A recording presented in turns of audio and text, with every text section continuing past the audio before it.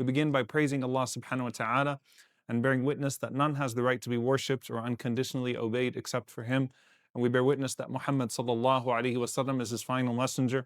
We ask Allah to send His peace and blessings upon him, the prophets and messengers that came before him, his family and companions that served alongside him, and those that follow in his blessed path until the day of judgment. And we ask Allah to make us amongst them. Allahumma ameen. Dear brothers and sisters, there's something deeply profound about the way that the Prophet Muhammad sallallahu alaihi wasallam used to speak about his circumstances. And many times there is a connection between how we speak about things and how we think about things. And if we speak in a negative way, then our circumstances will almost always follow, even if they're beautiful. And that's why you could have two people with the exact same set of circumstances, and one of them, if you ask them how they're doing, they will praise the good of their circumstances, and another person will speak to you as if they're Ayyub alayhi salam, as if they have the worst life in the world and the most difficult moments in their lives. Two people with the same circumstances. Ibrahim alayhi salam, the Prophet Ibrahim, when he visited his son Ismail alayhi salam in Mecca, he visited him twice. And the first time Ibrahim alayhi salam visited, he sees a wife of Ismail alayhi salam and asks her how she's doing, and all she pointed to were the negativities, the hardships that they had. And then he comes back later on, and I'm paraphrasing the story, and finds that Ismail alayhi salam has married a more righteous woman in her place, asks about her circumstances, and she praises everything that they have, even though it is the exact same set of circumstances. So it's not about the circumstances. It was about how they were experiencing those circumstances and then speaking about those circumstances. And there is a connection between the two. So much so that Allah subhanahu wa ta'ala says, and we often kind of brush over this very quickly, وَأَمَّا بِنِعْمَةِ رَبِّكَ فَحَدِّثْ. As for the blessing of your Lord upon you, speak of it.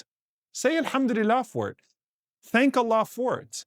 And be very conscious about how you speak about it. You know, when you take your sip of water and you say alhamdulillah, did you actually just internalize alhamdulillah? Alhamdulillah for the sip of water. Thank you Allah for the sip of water. There's something very powerful about that. That is a tahadduth bi ni'matillah, speaking about the ni'mah of Allah subhanahu wa ta'ala. And there's another hadith that we often quote partially, and I wanted to just focus on the last part because it's very profoundly connected to this and get to the person of the Prophet ﷺ first and how he dealt with this. The Prophet ﷺ said, look to those who have less than you, not to those who have more than you. Why? Because that will make you more content with what Allah subhanahu wa ta'ala has given to you. Stop looking at those who have more than you. Look to those that have less than you. And the last part of that hadith in some narrations is وَلَا تَزْدَرُوا نِعْمَةَ اللَّهِ أو وَلَا تَزْدَرُوا نِعْمَةَ اللَّهِ عَلَيْكُمْ. Do not belittle the blessings that Allah subhanahu wa ta'ala has bestowed upon you. Meaning one part of the hadith is what you're looking at. The other part of the hadith is how you're talking about things. وَلَا تَزْدَرُوا نِعْمَةَ اللَّهِ عَلَيْكُمْ. Don't belittle, don't use words that belittle a blessing that Allah subhanahu wa ta'ala has given to you. And this speaks to the small things in life as well as the large things in life. This speaks to our negative self-talk and positive self-talk. This speaks to how we interact with our families. This speaks to how we interact with our communities. This speaks to optimism and pessimism. This speaks to all of those different things. وَلَا تَزْدَرُوا نِعْمَةَ اللَّهِ عَلَيْكُمْ. Don't you dare belittle a blessing that Allah subhanahu wa ta'ala has bestowed upon you. So how does that start with the Prophet Muhammad sallallahu alaihi wasallam first? I want you to just think about this hadith and sit with it for a bit. مَا عَابَ النَّبِيُّ صَلَّى اللَّهُ عَلَيْهِ وَسَلَّمَ طَعَامًا قَطْ. The Prophet ﷺ never once criticized food that was on his plate. He never criticized a morsel of food that was on his plate. Now, if you sit for a moment with that and think about, this man ruled how much of the world? Sallallahu alaihi wasallam. Power, prestige, and think about our own lives. If you've gone through hard times and good times, you get a little bit more selective with your blessings, selective with your food. You rarely find people that eat to function and eat to live criticizing their food. The bread was overcooked today. The bread was... No. But for us, we start, doing Yelp in our heads on every single plate of food that we eat, right? Reviewing everything that we eat. The Prophet ﷺ, مَا عَابَ طَعَامٌ قَطْ, Do you know how amazing that is? That he never once pointed to a flaw in his food. He never once said, it's too salty, I don't like it, I didn't enjoy this. ما عاب النبي صلى الله عليه وسلم طعاما قط. Not once did he ever criticize his food. Something that sounds so small, but how hard is it to practice? When's the last time you criticized your food? It might have been lunch before you got here, right?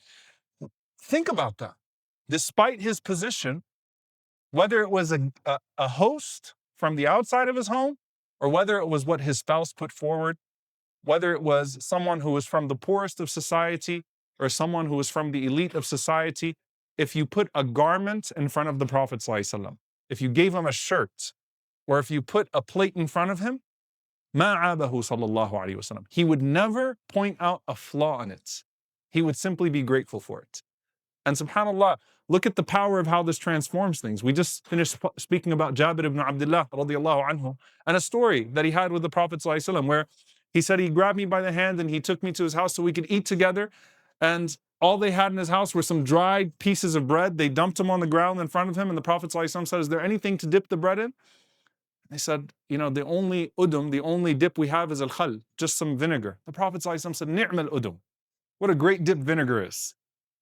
I mean, just right away. He didn't belittle it. He didn't say, oh, you know, I wish we had some honey. No, ni'mal udum. I love vinegar. Put the vinegar in front of us. Let's dip the vinegar. And Jabir said, I started loving vinegar too. And then Talha radiallahu anhu, who narrates from Jabir radiallahu anhu, said, I started loving vinegar too. And then the narrator from Talha says, I started loving vinegar too. Because it was a mindset. It was a shift. This is good. Alhamdulillah. Allah put something to dip our bread in. That's a mindset. That is a tahadduth bi ni'matillah, to speak of a blessing of Allah. وَلَا تَزْدَرُوا نِعْمَةَ اللَّهِ. Don't belittle it. Don't be like, oh man, this is dry, it's old, it's this, it's that. No. Alhamdulillah. It's a blessing and I'm pleased with it. Alhamdulillah. And if that's with the small things, what about the big things? Right? What about the people in our lives? What about the circumstances in our lives that are far more consequential than the bites of food that we have? The Prophet ﷺ said, speaking about marriage, since everyone likes to quote the other person's hadiths on them, husbands and wives, there's actually an implementation of this hadith for both, and it's almost identical, subhanallah. The hadith in Sahih Muslim, لا يفرق مؤمن مؤمنا إن كره منها خلقا رضي منها آخر.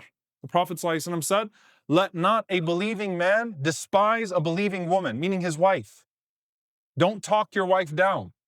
In kariha minha khuluqa, if he doesn't like something about her, a quality that she has, she might have a certain thing that he doesn't like about her, radiya minha akhar. Then he likes something else about her, speak about that thing. Don't speak about the thing you don't like. Focus on what you like and extol it. No one's perfect, and you're not perfect either. And the Prophet ﷺ said about women to men. He said, sallallahu alaihi wasallam, innahun yakfurn, that they show ingratitude when a husband makes one mistake and she says, مَا رَأَيْتُ مِنْكَ خَيْرًا قَطْ. I never once saw anything good from you. You've never done anything good. So she denies everything and focuses on the fault. Now, subhanAllah, مَا رَأَيْتُ مِنْكَ خَيْرًا قَطْ, like I've never done anything good, fine, I'm not going to do anything then. The attitude shuts off both sides, right? Well, you're never going to be happy and you're never going to be happy, so why even try now? Trying to live up to anything because your standards are impossible. Both sides are operating from the same spiritual disease, by the way. Tazdaru ni'mat Allah. You're belittling a blessing of Allah subhanahu wa ta'ala. Allah blessed you with a quality. Allah blessed you with an action in that other person. You fail to extol it and you extol the bad quality. The bad quality dominates them and you're stuck with it. Who suffers? You do. When do you see the Prophet ﷺ belittling Aisha radiallahu ta'ala anha? When do you see him belittling, before that, Khadija radiallahu anha? Where do you see him doing that, sallallahu alayhi wasallam? He didn't used to do that. Don't look at the thing that's wrong and extol it. No. وَلَا تَزْدَرُوا نِعْمَةَ اللَّهِ عَلَيْكُمْ. Extol the blessing, extol the good thing, and Allah subhanahu wa ta'ala will make it more dominant in your life, even just through your perspective, through your perception. And what made the Prophet ﷺ so amazing in this regard is that even in the most bleak circumstances, he had something positive to say, sallallahu alaihi wasallam. Hudaybiyah. They're literally facing a potential massacre. And Quraysh sends Suhail ibn Amr, radiallahu anhu, who becomes Muslim later on, and a great companion, but at that time, he was the chief negotiator. And the Sahaba see him and go, oh God, Suhail ibn Amr. And the Prophet ﷺ smiles and he says, Sahlu amruna. His name is Suhail, which means easy. Allah just made our affairs easy for us. Something good is going to come out of this. Just look at his name. His name is Suhail. His name is easy. So Allah subhanahu wa ta'ala surely is giving us a sign that He's about to send ease our way. That's a tafa'ul. That's looking at things and trying to see something to praise Allah subhanahu wa ta'ala for. Finding the good and praising it. That's not being naive. That's not being reckless. The Prophet ﷺ said, oh, no need to do anything else. No, that's seeing something good and saying, Alhamdulillah, there's something there. Alhamdulillah. There's something in the small morsel of food. There's something in the major tragedy, something there I can find and praise.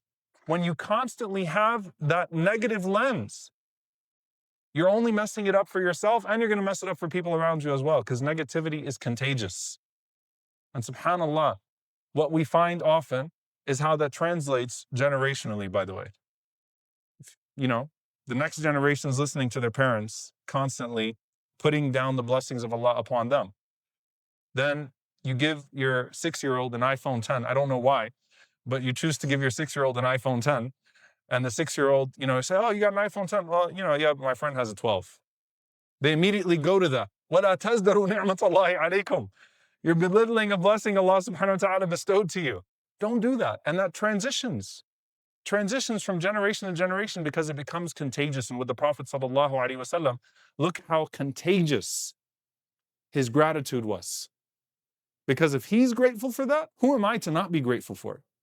If he's grateful for that vinegar, who am I not to be grateful for it? Because he deserves more than I ever deserved, sallallahu alaihi wasallam. And if he's pleased, I too am pleased. وَلَا تَزْدَرُوا نِعْمَةَ اللَّهِ.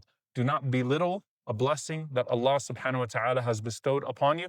وَأَمَّا بِنِعْمَةِ رَبِّكَ فَحَدِّثْ. Speak, reflect on the blessings of Allah in your life, with yourself and with the people around you, and make that contagious that we say alhamdulillah, and do not point out flaws. Make it a habit. Make it a habit. A lot of people say, well, this is behavior. I've been like this. I always go to the negative. I immediately resort to the negative. It's not something that can change overnight. That's true. But when the Prophet ﷺ says to us to even focus on the small things, the daily things, slowly that change can come, inshaAllah ta'ala. Slowly that change can come, where you even adjust yourself to say alhamdulillah for something that is very, very, very small and something that other people would belittle. So catch yourself and try to adjust yourself in that way to always say alhamdulillah for the small good that you can find, even if it doesn't seem that great at the moment. And Allah subhanahu wa ta'ala might change that good to great, and that might then color the other circumstances and allow for other things to be granted to you. وَلَئِن شَكَرْتُمْ لَأَزِيدَنَّكُمْ. If you are grateful, I will increase you. May Allah subhanahu wa ta'ala increase us first and foremost in iman. May Allah increase us in faith. May Allah increase us in certainty. May Allah subhanahu wa ta'ala increase us in perspective.